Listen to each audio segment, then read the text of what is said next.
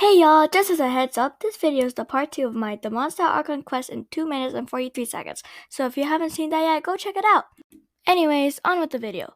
After Ether and Paimon help Lisa deal with the third Four Winds Temple, they head back to Mondstadt and see Jean talking to somebody. So they decide to wait until Jean finishes talking with the person so that they can talk to her. If you don't put an end to that dragon, then the Fatui will instead. Are you insane? You can't just kill one of the Four Winds of Mondstadt. You make it sound so much more crazier than it actually is. Fine, then our negotiations for today are done. Ether and Paimon talk to Jean, and Jean informs them that the Knights of Favonius have received orders from the region of Shashnaya. Jean tells them that the people of Shashnaya follow the Cryo Archon, and her representatives are known as the Fatui. Ether then tells Jean that he has something to show her, so he, Paimon, and Jean head back to the Knights of Favonius headquarters. Upon arriving, Ether shows Jean a red crystal that he had found. Jean asks Lisa if she can analyze it, so she does, but she is only able to notice that it has some impurities. Lisa takes a step closer to the crystal. However, she feels a sudden sharp pain and realizes that the energy from her vision and the energy from the crystal are repelling against each other. Lisa points out that even though Ether himself has elemental abilities, he doesn't seem to be affected by the energy of the crystal, so Jean and Lisa agree that he should keep the crystal instead. Then, Jean asks Ether a question. Traveler, will you take on the title of Honorary Knight? Now that Ether is the Honorary Knight of Favonius, he and Paimon leave the Knights of Favonius headquarters. However, Paimon points out that Ether didn't mention anything about the bard talking to Storm Terror. Then, Paimon sees somebody. Hey, don't you think that guy down there looks like that bard? Paimon, I think that is him. With the Sigma. Ether and Paimon chase him down and find him playing the lyre in front of the statue of Barbados.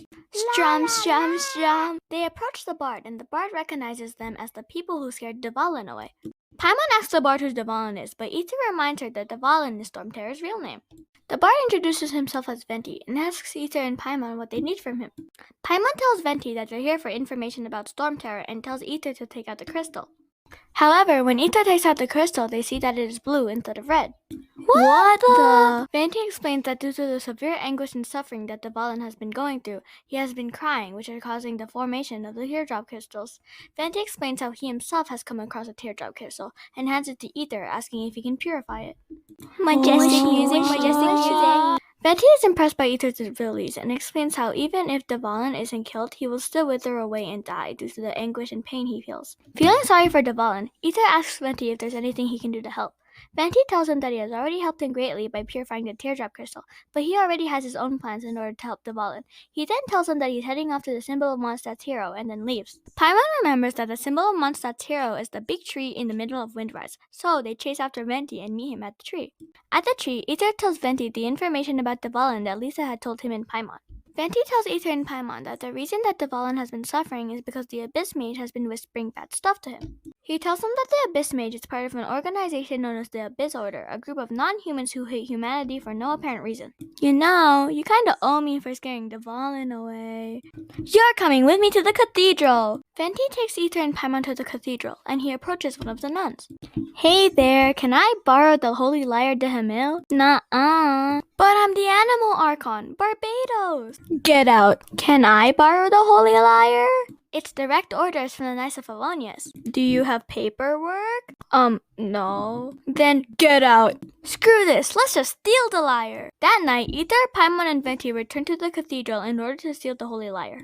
However, when Ether and Paimon reach the area where the lyre is being kept, a member of the Fatui comes and takes the lyre. Due to the commotion, Ether and Paimon are caught by the guards, and with the help of Venti, they escape to the Angel's Share Tavern. The three get caught in 4K by the owner of the tavern, who Venti introduces as Master Diluc. They explain how the lyre got stolen, and Diluc confronts them, asking why they were trying to steal the Holy Lyre. So, Venti explains in the form of song. Strum, strum, strum. Diluc tells him that since Ether is a Knight of Favonius, he would be less likely to be seen as a suspect.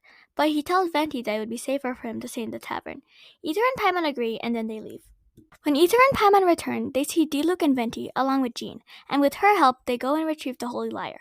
Venti explains that with the current state of the lyre, he would be unable to play it and summon Dvalin, so he asks Ether to use the teardrop crystal to repair it.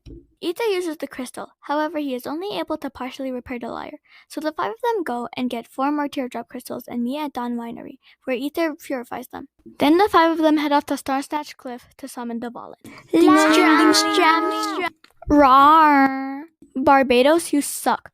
But I'm sorry, Dvalin. Don't listen to him. Then Dvalin flies away, marking the end of Act 2 of the Mondstadt Archon quest.